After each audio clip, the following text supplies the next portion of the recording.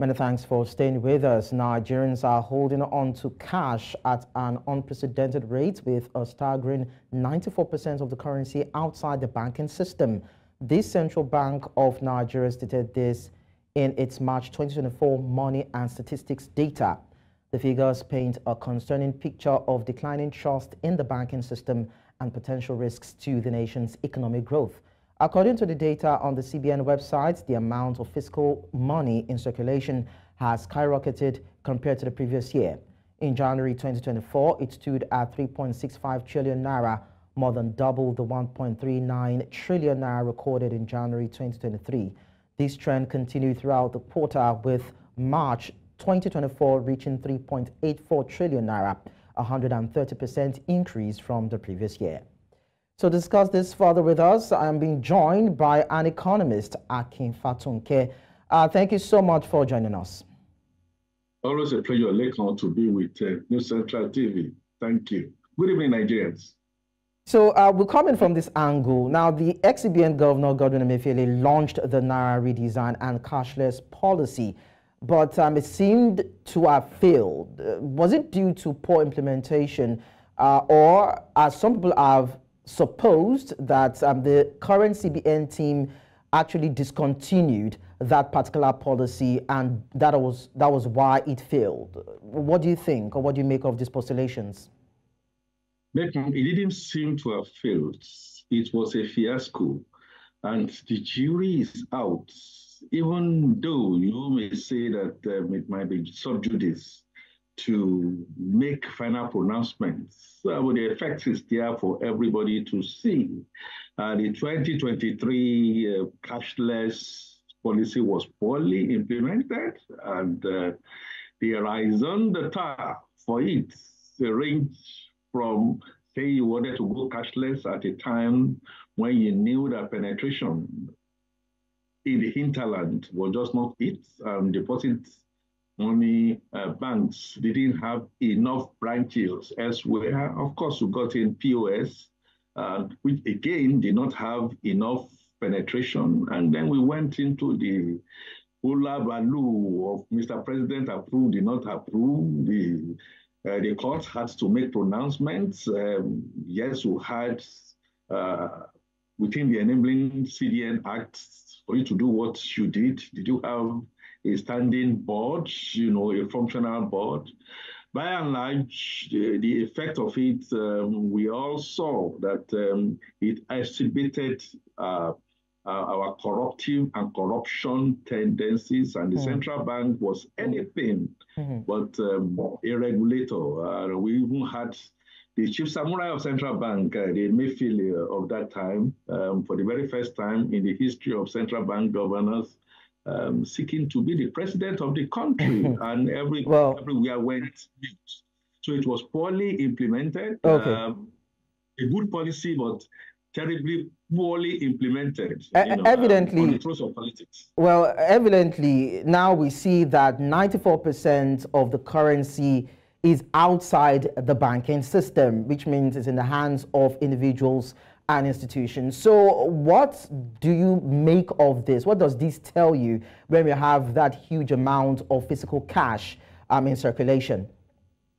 It tells me, certainly, if you look at January, it was 90%, February was 92%, and like you rightly, LEKAN, that was spot on, 94% in March.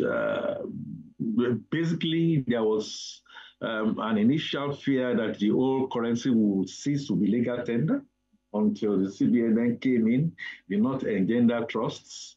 Many people died, many businesses collapsed, and you know that. And then, unfortunately, zoom to about now, I still hear, and I still experience it myself, that you go to the banks and they will tell you they don't have enough cash. Why that should be? Are we still fighting the MI, money in circulation? Is it yielding any kind of fruits?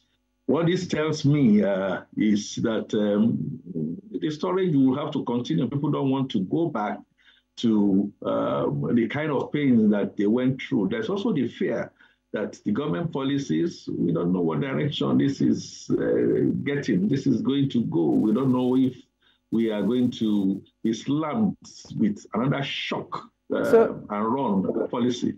Okay. And the central bank governor said what is really lacking is trust in the banking system to help us keep our cash. So now, if this persists, what are the potential risks that are there to the nation's economic growth? Illiquidity will continue, right? Driven by the economic uncertainties that we have, which it's already been triggered now, the liquidity crunch that we are having. And then there's a risk to the natural financial stability of the country. Right now, the CBN is gasping and still gasping, even within the monetary policy, to try and bring down and tame inflation and exchange rates.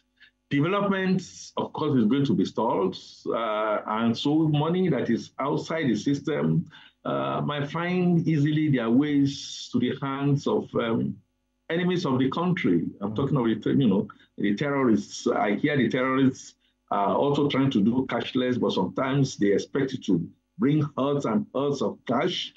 And politics that is going to be off-season, we again begin to see situations where politics is not the word of money. Okay. All these continue to be instability cue for the Nigerian economy to reach its natural potential. So at this time, what do you think the CBN should do to mop up this cash? Because we know that with the cashless policy, we had issues with the Naira. At some point, people were paying a lot of money to, have just a bit of that cash in hand. Now, at this point, we have excess in circulation. We need to have a bit of equilibrium within the system. So how do you think the CBN should go around now about mopping up the cash? We should continue to be persuasion. We should continue to do things that will engender trusts.